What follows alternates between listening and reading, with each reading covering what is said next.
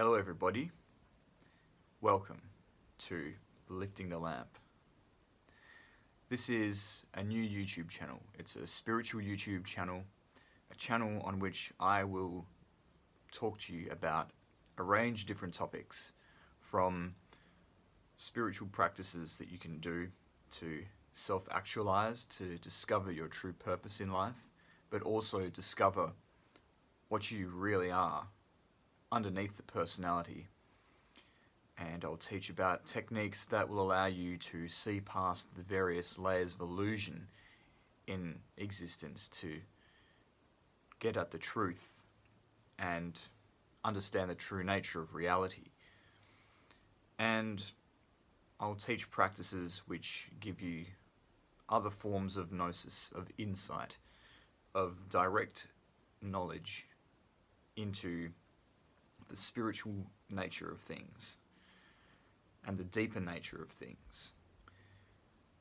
I'm also going to do videos about the work on oneself, developing oneself, but in a way that incorporates a spiritual understanding of life. I'll talk about the hidden mysteries of the world's religions, mysteries which the orthodoxies of today won't tell you. And I hope that in time, this channel becomes a true repository of spiritual knowledge as I add videos to it, and it will become a useful resource for anybody to draw upon, no matter what point they're at in their spiritual journey. And I certainly have a lot of information to share when it comes to spirituality. I've been engaged in some kind of serious spiritual practice now for 14 years, since around the time that I turned 17. I have read ancient texts, I've studied various traditions, been a member of a number of spiritual schools and secret societies. I've received initiations. I've undergone a series of transformations personally, which have altered my perspective on things and given me a deeper understanding of the spiritual experience that the human being is capable of. And so I'm bringing all of that with me to the channel and sharing it with all of you. And the reason I'm doing that is because I've come to realize that the true goal of having a spiritual practice, what the Rosicrucians called the great work, the true purpose of the great work is not to develop powers for oneself. It is not to free oneself, to accumulate knowledge only for oneself, but rather the point of the great work is to become of service to others. The very nature of spiritual knowledge, it's very closely associated with the principle of love. And so it is the type of knowledge that compels the person who has received it to share it with other people. And that's what I'm doing. I'm completing the work by being of service to humanity, of contributing, for my part, to the spiritual evolution of the planet. Because that is what this knowledge is meant to accomplish ultimately.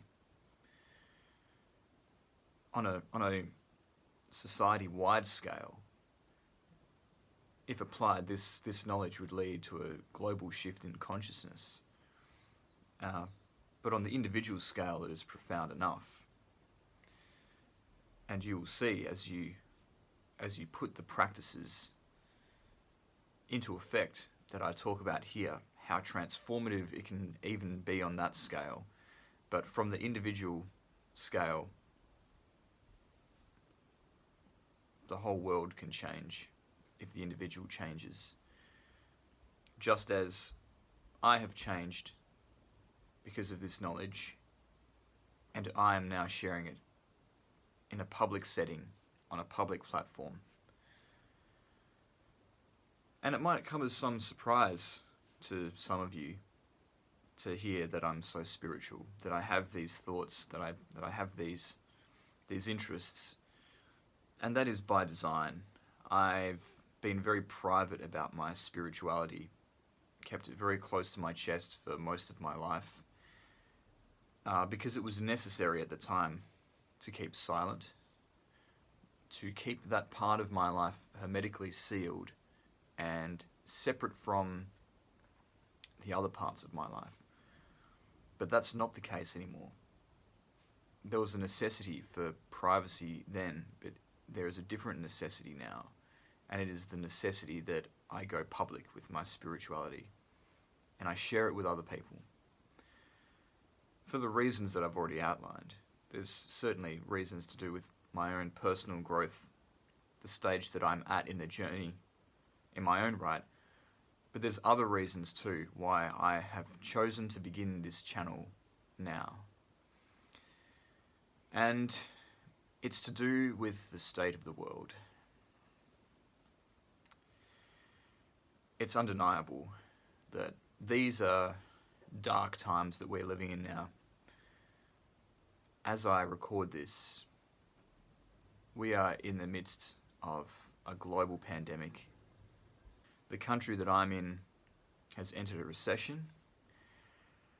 But really, the economy the world over has not been the same since the financial crisis of 2008. It seems like we've been living in tough economic times since then. And things have been really difficult for almost everyone, except for a tiny, tiny few who seem to have almost all of the wealth. So there is incredible economic inequality in the world, which is at the root of much injustice. And of course there is the existential threat of climate change.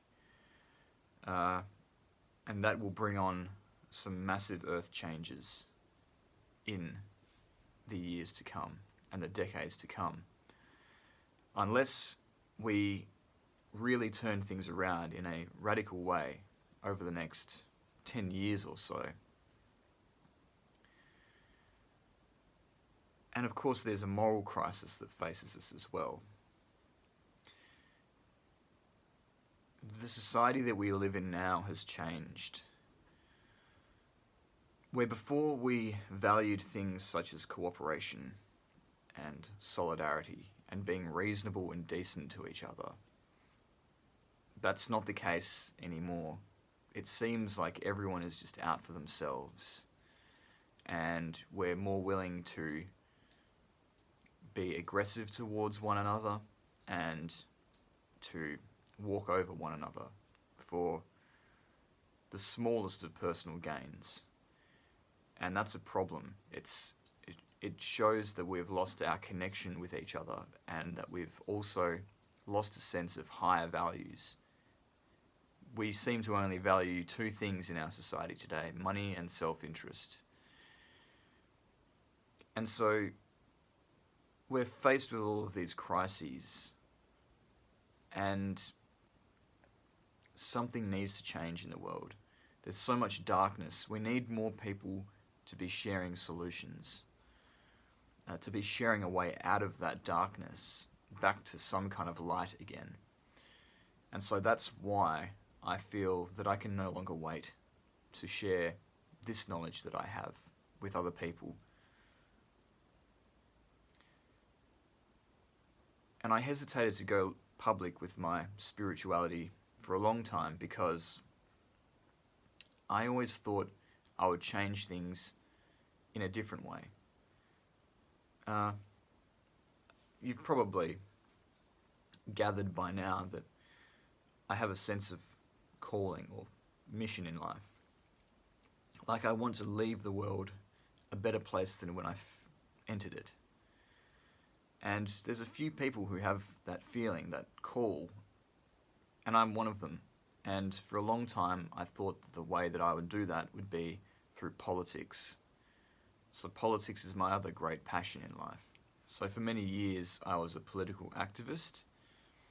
I was involved in grassroots organising. I led protest marches through the streets. And then later, I worked in politics. So I worked for a politician, a member of parliament. And I even, at one point, became a political candidate in an election. So this has been the trajectory of my life up until this point. I've been trying to change things through politics, but I've come to realize now that there's a limit to that, and that call that I feel is really for something else, and that the convictions that I hold that things need to change for the better is a spiritual conviction rather than a political conviction.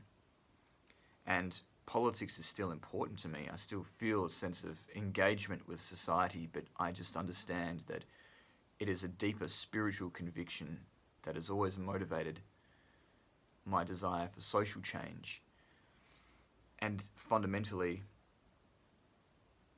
the solutions that we require have to be spiritual solutions, because we've developed all kinds of clever ideologies and systems of thought about how the world could be different, how society could be organized differently. But fundamentally,